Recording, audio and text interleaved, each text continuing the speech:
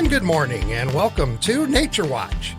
Nature Watch is sponsored by Waddell's Nursery Floral Garden and Bird Center at the corner of 12th Street and Millam Road. And now your host of Nature Watch, it is Gary Miller. Good morning, sir. Good morning. You hobbled in here today, I see. Yes. Yeah, kind of threw out your back and all of that. Yeah, that fun week. Yeah. A little painful.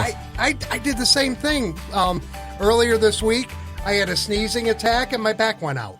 Yeah, I have to say I did mind putting my sock on. So, yeah, putting a sock on went away. It's just funny how those things happen. Welcome to summer, and boy, talk about arriving on cue. First full day of summer for 2025. Summer arrived officially at 10:42 p.m. last night. Mm-hmm. And boy, did it roll in with a vengeance. It's summer. We're going to turn the heat up now. Oh, yes. Gary showed me a nice, colorful map of all of the heat advisories across pretty much the eastern two-thirds of the country, with one minor exception. Yes. The Upper Peninsula is not in any heat advisory, though they're really, really close. They're just below the criteria. So you can flee there. And actually, if you want to get really cool, I was just looking at the map. If you want to go out west, in northwest Montana at Glacier National Park, they are in a winter storm warning currently through tomorrow. They are talking in elevations up above 6,000 feet of having 1 to 2 feet of snow. My goodness. So really cool out there. So you can really cool off. And actually, even after the winter storm is over, the temperature forecast is up in the upper 30s to low 40s for highs. You know what? I'll take the 90s. I will. I don't know. I need. I like about 75 maybe, and nice breeze blowing. Well, if I had my option this time of year between 30s and 40s and 90s, I'll take the 90s. Yeah, first day of summer, you really don't want to think about snow. Yeah, it could. Christmas in July. It could happen, my friends. Or you just put on your upside down hat and think you're in Australia and it's the first day of winter. Okay, well, you can do that. I like how you twisted that one around. So talking about twisting, we're up to tornado count number 29 for Michigan. We had one on the east side of the state this week. So. This is nuts. This is incredibly nuts. And the nice thing is, I kind of lurked around the radio station that day, but did not have to come in, thankfully. So with this energy, with all the heat and everything, there's a chance we may have some severe storms. We've got several months to go yet, so like I mentioned before, we may have a new record this year. We'll see. Hopefully not, but I remember a few years ago, as a matter of fact, on September 1, we had a tornado over by Richland a few years ago. So, and last week I mentioned I hadn't seen any fireflies. Boy, did I see them this last week. They popped out all over, and this heat, they'll probably be all over at night especially. So make sure you got those extra night lights turned off, because that actually confuses them. They use their light blinking to attract a mate. So I didn't know that. And depending on the firefly species, they all have different blinking patterns. So you have a chance.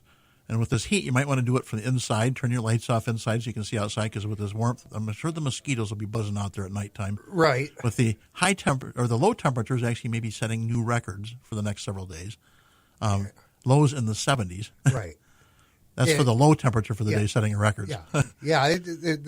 I'll stay inside, thank you. I do have my rehydration drink in front of me, and I am going to be refilling that all day long. So I actually need it for the next couple of days, and actually perfect timing. Monday, the 23rd, is National Hydration Day. Oh, cool. And we've got all this heat, so a perfect reminder to make sure you stay very hydrated. It's easy to get dehydrated very rapidly, even just sitting outside. And by the time you feel really, really thirsty and starting feeling lightheaded, or start feeling your temperature, you're feeling cool or something, it's too late almost. So you need to make sure you stay well hydrated. Yeah. And people like me, and if you know me, you know I'm a beer guy. I do like my beer. I'm going to back off a little bit here over the next few days because, alcohol and heat do not get along. Well, and actually, Jim and I are drinking coffee this morning. Coffee also will dry you out somewhat. So coffee's not a great one for hydrating yourself. Right. I did have a little bit of coffee when I came in because I needed the caffeine boost. But like I said, I can sit here and model my rehydration drink. Yes, it does. It says rehydrate on there. So make sure you drink plenty of water. We've got that heat advisory out right now. We got heat index values potentially up to the 100 to 105 degree value. I have good news for you. The heat index right now is the same as the outside temperature, 74. Oh, that's good. So That's good. So drought monitor, not much change. A little bit less in that abnormally dry condition. But we're still dry. But we are still dry. So remember that they checked the soils and look at the maps on Tuesday. I had 1.5 inches Wednesday of rain. So okay, that helps. It helps. But remember, a week ago we had 1.1 inches in between when the report came out and when they tested the soil, and so even that 1.1 inches didn't do much to change the map. No. And unless we get some more significant soaking rain, it's not going to change much in the next week. And I noticed with that rain, even though it came down hard at times, but it was spread over some time, the soil was so thirsty it just sucked that water up. Not many puddles sitting around. Right. So that soil is really, really dry. And it looks like forecast is going to be warm. But it looks like tonight's going to be nice and clear, which is perfect because the Kalamazoo Astronomical Society has another public observing session at the Nature Center. Hey, there you go. And look at the hourly forecast. Looks like it's going to be perfectly clear tonight. Be on the warm side, but perfectly clear. So you don't have to worry about extra layers. But you still want to cover up some of your skin because of those skeeters that will be flying around. Make sure you take plenty of water with you because even though it's nighttime, we're still going to be in the 70s. So yes. It's warm out. So make sure you got plenty of moisture. Yes. But it looks like it might be a great time. They're going to be highlighting tonight the Super Summer Nebula. And then next weekend, sort of in line with the Pollinator Week, which was officially this last week, though if you look at a couple of the websites, it says it's this coming week. Depends on who posted what on the web. Looked like officially it was this last week. But as part of that, Waddell's typically does a pollinator event, and that's next Friday and Saturday. Okay. We've got a butterfly tent. So we've got butterflies that will have come out of their cocoons and chrysalis, and then we've got a couple of butterfly or pollinator-related activities, so little craft activities for the kiddos. And so that's Friday from 4 to 6:30. This coming Friday, okay. The 27th. And then on next Saturday, the 28th, from 10 a.m. to 2 p.m. Mark your calendars. Yes. So it's actually fun seeing all the different butterflies, a lot of the native butterflies that you can see there. And then typically Monday or Tuesday, most times Monday, they do a release of those butterflies. So when you stop in, check out our schedule for that. Always fun seeing the butterflies go out, and you're free. That sounds so cool. Let's release a gift card. Okay, that sounds good. Okay. Every Saturday morning, we do a trivia question. First correct caller at 269-382-4280 to Gary's trivia question, which is sometimes easy. Sometimes you have to Google it. Sometimes I glare at him. If you are the correct this one might be a softball. This might be a softball. You'll win a $20 gift card to Waddell's. Gary, throw your softball up, could you? Okay. So this last week, and they're just about done, we've had some large trees. And I'll say large trees like, big trees. Some are sized maples and oaks, so that's a clue that's not a maple or oak, that have been blooming. They have large white flowers, and the trees have large heart-shaped leaves. So my question is, and it's a pretty common tree, what is the tree? So it's in the Bignoniaceae family of plants, which includes trumpet vine. Just a little hint there. Yeah. So what is the tree?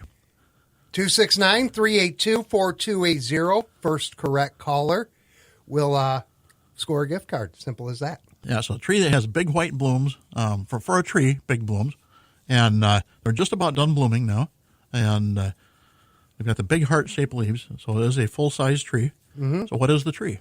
And good morning, WKZO. Who is this? Hey, good morning. This is Andy. Is it a dogwood? Oh, that's a good guess, but that's small to medium-sized tree. So, okay. All right. Thank you. Hey, there you go. We'll try again here. 269-382-4280. Repeat your question once again. Yeah, please, so it's Gary. a large tree, not a medium-sized tree or smaller tree. So large tree means it gets 60, 70, 80 feet tall. Oh. And it has heart-shaped leaves, big white blooms for a tree. Okay. So not as big as the dogwood bloom, but pretty close. Okay, WKZO, good morning. Good morning. Is it the catalpa? Yes, it is. Yeah, there you go. Yeah. Well, how about that? Who is this? Hi, this is Judy. Judy, you're a big winner this morning. Anything else you want to add on to that, Gary? Yeah, so actually the catalpa, they have some common names. Sometimes called a pipe tree, Indian pipe tree, and sometimes called Indian bean tree because of the seed pods, or it looks like a long bean. They've been called the fisherman's tree, the bait tree, because the caterpillar of the catalpa sphinx moth feeds solely on catalpa trees, and they're one of the best live baits for fishing. Oh, okay. So they're very popular. I know in years past when people have had catalpa trees, and people are very adamant and active fishermen, they will stop and say, "Hey, do you mind if I take some caterpillars off your tree?" So there you go. So it's great bait for fishing. The trees are actually unique because they're native to Mid-America, the Midwest, believe it or not. But when the Europeans came, about the only range they had was down about where the Ohio River met the Mississippi River, right along the river valley. But they found fossil and evidence that the northern catalpa actually extended almost to the east coast before the Europeans came. Oh, so so for some reason the range went down considerably, much smaller than it was. They became popular because the wood does not rot very rapidly, so they were popular for fence posts. Though if you know catalpa trees, sometimes they're not the straightest, with that flower, it was a very decorative ornamental tree. So there are a lot of farmsteads that had that catalpa tree on just because it was something that looked nice in the spring. Oh, okay. Yeah, there you go. Judy, there, we all have learned something, haven't we? We did. We called them the cigar trees. Oh, yes. Yep. Yeah, so cigar tree pipe, that cigar tree is probably one of the most common ones, though that bean, I know when I was growing up, we always called them the bean trees. They look like big beans. Yeah, there you go. Okay, Judy, I do have a $20 gift card to Waddell's for you. Can you hold on the line for a moment? I need to get some info from you. Yes, thank you. Okay, well, thank you. And we will be back with more Nature Watch after this on 590 and 106.9 FM WKZO. Watching beautiful wild birds in your spring landscape is so enjoyable, and the experts at Waddell's Garden Center will tell you the best way to enjoy nature and keep birds close is to give them their favorite foods and make sure there's water and shelter nearby. Waddell's carries a large selection of top-quality Stovall bird houses and feeders, and right now they're all 20% off. Also this week, get a great deal on black oil sunflower seed. The 50-pound bag is on sale for only $31.98, saving you $5. And don't forget the hummingbirds. Waddell's selection of hummingbird feeders can't be beat, with dozens of varieties as well as the dye-free food that's best for hummingbirds. And be sure to mark your calendars for next Friday and Saturday for Waddell's annual pollinator party, including several informative displays and your chance to feed the butterflies. Find all the details at Waddells.com. Waddell's Nursery Florist and Garden Center, open today until 6 p.m., Monday through Friday, 9 to 6. Listen to what those local folks are telling you. You know what's going on in a more local level. Kalamazoo's official online local news source is WKZO.com. 8:47. Yeah, there we go. I couldn't get my headphones back on. Nature Watch continues with Gary Miller. Judy is still on the line. She has another question for you. Oh, yes. Yeah. So, Judy? Yes, good morning. So we've been trying to grow milkweed, and we've got a good patch going, but no butterflies, no monarchs. So is it too late yet in the season for egg laying? Oh, no. No, so sometimes, especially if you have that newer patch, it sometimes takes a couple seasons before those monarchs discover it. Keep an eye out on that because there are several generations of monarchs during the season here. That last generation is the one that migrates back south again. And so they've been up here. The first generations have been up here. They've been laying eggs. That second hatch out will be coming soon. What you can do is actually prune those milkweeds. Those monarch larvae really like that young, tender new growth on the milkweed plants. And so what you can do is prune those back, and they'll put some new growth on. That way they'll have some tender leaves. And that way, if you get those tender leaves there, may attract that monarch to lay some eggs on those plants. They're about ready to bloom out. So so let them bloom out so they've got some food there for the adults. But a few of them prune them back somewhat so they'll actually generate some new growth and get that tender leaf on there. So they'll come for the nectar and the flowers, and then while they're there, they'll lay some eggs. Okay, Yeah. great. Thanks for the information. But yeah, it does take some time sometimes for them to discover those patches. I know a couple of my patches, it took several years before they finally started laying eggs in them, and sometimes it's hard to see those larvae, and especially if starting to have a good sized patch of milkweed. You got to look at them pretty close sometimes. Like, oh, they are here. There you go, Okay. Judy. Great. Thank you. We appreciate it, and stay cool today. Okay. You bet. All Bye-bye. right. All right. Bye, Judy. Yeah, everyone, please stay cool. Yes. Yeah, so talking about water, we're saying hydrated. Make sure you've got those bird baths filled with clean water for the birds, because the birds need water just like we do.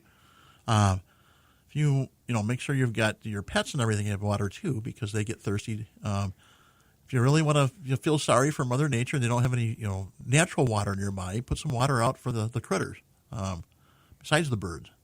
And that might help too, because if they get thirsty, you've got that lower source of water, so they don't knock your bird bath over trying to get to the water. Yeah, i.e. the raccoons, I think primarily. There you go. Right. Okay. So get that water out there. Okay. The Michigan Storm Chasers posted a little neat info about heat index or indices, and the typical air temperature just measures the air temperature of the particles floating around the air, but then they also take into account for heat index the humidity, dew points, and the wind. And when the temperatures are flipped, so we got colder temperatures in the wintertime, it goes to wind chill. So in the wintertime we got wind chill, in the summer we have that heat index. Mm-hmm. And it's important because when that wind, and especially the humidity, dew points go up, we tend to lose a lot more water. Sounds odd, but we do. And so it's much more stressful on us. And so even though it may be 90-some degrees. Well, it's sweating. Yeah. And so with that 90-some degrees and the heat and the humidity levels, sometimes winds even, it may feel like it's over 100. And that's where that heat index comes in. So it's important to pay attention to those advisories and warnings, because there are more deaths every year, somewhere between 1,300 and 1,500 deaths due to heat in the U.S., compared to less than 100 deaths due to tornadoes. Right. So I saw that. Yeah. Heat is much more of a concern. Yeah. And so our bodies are typically, 98.6 is our typical average temperature, so around that 99 degrees. When it gets warmer than that, we start getting uncomfortable. Okay. And even getting near that, it starts getting uncomfortable. Well, the good news is we're still at 74 outside, but Mother Nature, all gas, no brakes as far as the temp goes later today. So go take a drink of water right now, so you start hydrating. Stay well hydrated ahead of schedule, so you don't have to worry about getting dehydrated. Oh, exactly. And so saw a little neat blurb last week, and I didn't have a chance to talk about it. There was a property that the Southwest Michigan Land Conservancy. I have trouble talking today. I'm gonna blame the heat. Okay, I'll buy that. Property that they helped facilitate getting protected, and it's actually part of the Kalamazoo County Park System. It's the Arthur E. and Mildred H. Woolham Nature Preserve, which was formerly known as the Scout Camp Rhodoquan. I spent some time there as a little quite a few boy. of us did. I did not as a boy. Actually, as an adult. I was troop 287, I think. Okay, Portage. Okay, yeah. 287 is still in existence. Okay, cool. Yeah. And so what the little announcement is that they since they've opened it as the nature preserve, it's been limited weekend hours. They've gone to a daily schedule now, and you do need the typical Kalamazoo County Parks permit to get in. For the entry fees, but they've got all sorts of neat hiking trails there. It's a unique ecological site because it has such a big diversity of little microenvironments, and so you get quite a range from dry sand hills to wetlands. Quite a different variation on the plants and that all around that for that small property. Less than 200 acres. It's a very, very diverse site. So it's a chance to actually see a lot of different things when you're out hiking around there. And it gives some nice hills in there, so it gives you a little workout, too. Yeah, there you go. And it's right next to El Sabo, so you can actually expand your hike and do some good hiking there. Again, El Sabo's got some neat habitats, too. So have a chance to get out. You might want to wait till it gets cool or go out really early in the morning when it's still cool out. Because the heat and all that tree cover, the air movement's not going to be very much, so it's going to be quite warm. Right. And while you're out, besides having some mosquito repellent on, You also want to make sure you take some precautions to watch for ticks. So the ticks are out. Lots of ticks. One of my coworkers has had twice now had a deer tick, the really small ones. She luckily just happened to see it when it was crawling on her shoulder. Actually, it had embedded the first time. And so typically we see the wood ticks, sometimes called dog ticks, the ones that get quite large.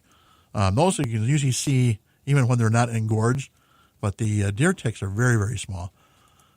Last week, the DNR, or actually MDARD, announced that they had discovered a new tick in Michigan, the Asian longhorned tick. Invasive tick. Another invasive tick, yes. And it was discovered in Berrien County. It was from the Michigan Department of Agriculture and Rural Development. And it's the first detection of that tick in Michigan. They've been near Michigan. It's another tick that carries other diseases. It's got some sort of long antenna-like, so that's why it has the name of the longhorned tick. And so another one to go check out their website. They've got some photos of that. You can identify that. Between MDARD and the DNR and the Michigan Department of Health and Human Services, they've got all sorts of ID photos so you can identify the ticks to see what you're watching out for, because they range in size. And if you're out and about, make sure you're safe because a lot of those ticks carry various diseases. The wood tick is one that probably carries the least number of diseases, but it's the largest one, easiest one to see. So got to take some precautions. So the smaller they are, the deadlier they are. They can be. Is pretty much where we're steering this, I think. Yes, and so looking at the, I mentioned the drought monitor. Looking at the drought monitor nationally, we've got, especially down in the Southwest, extremely drought conditions.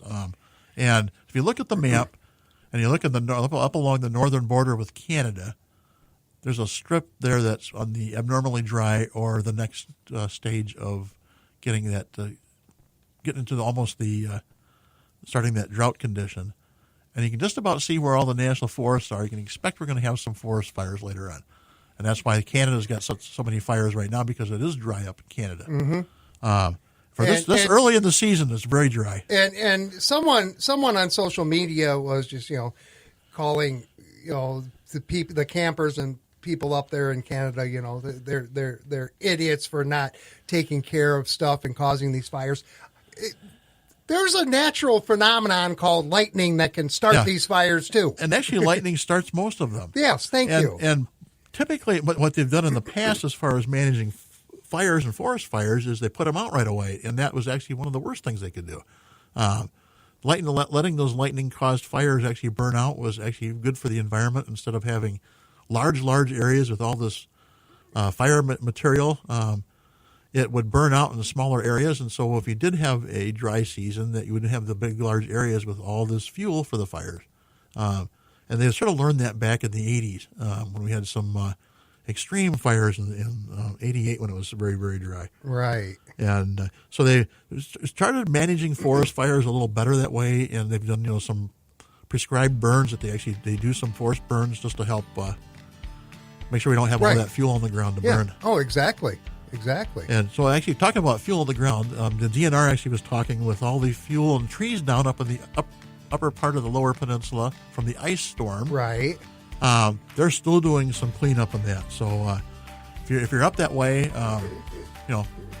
buy some local firewood so you're not moving it anywhere, because there's lots of firewood available up there. Yes. Camping. We have discussed that here on this show. We have discussed it on the show coming up next too. Yes, we have. So, get out. When you're out and about, watch out. Watch for some. If you start seeing some of those spongy moth, caterpillar larvae moving around, smush them. Right. And then watch for some. We got that spotted lanternfly that keeps threatening to coming in here more and more of the state. So. And it's still see it, squish it, report it. Yes. We are still playing that game, folks. Yes, we are. All right. So make sure you identify which one it is. You don't want to smush any beneficial. Right. Exactly. Moth or butterfly larvae. And make sure you're hydrated when you do that. Yes. Okay. Yes. I'm sorry. All right, hey, Gary. Stay cool today. I see you're heading into work. Yeah, I'm gonna try to stay cool. We got hopefully have the misting station going on out there. So you have to just park underneath that and just stay a little damp all day and let that. You're a smart guy, Gary. Thank you, and thank you for listening to this edition of Nature Watch. Tune in each Saturday morning at 8:30 for Nature Watch, brought to you by Waddell's Nursery, Floral, Garden, and Bird Center at the corner of 12th Street and Millam Road. CBS and local news is up next. Then Andy Waddell is back in studio for another edition of Over the Garden Fence up next on 590 and 106.9 FM WKZO.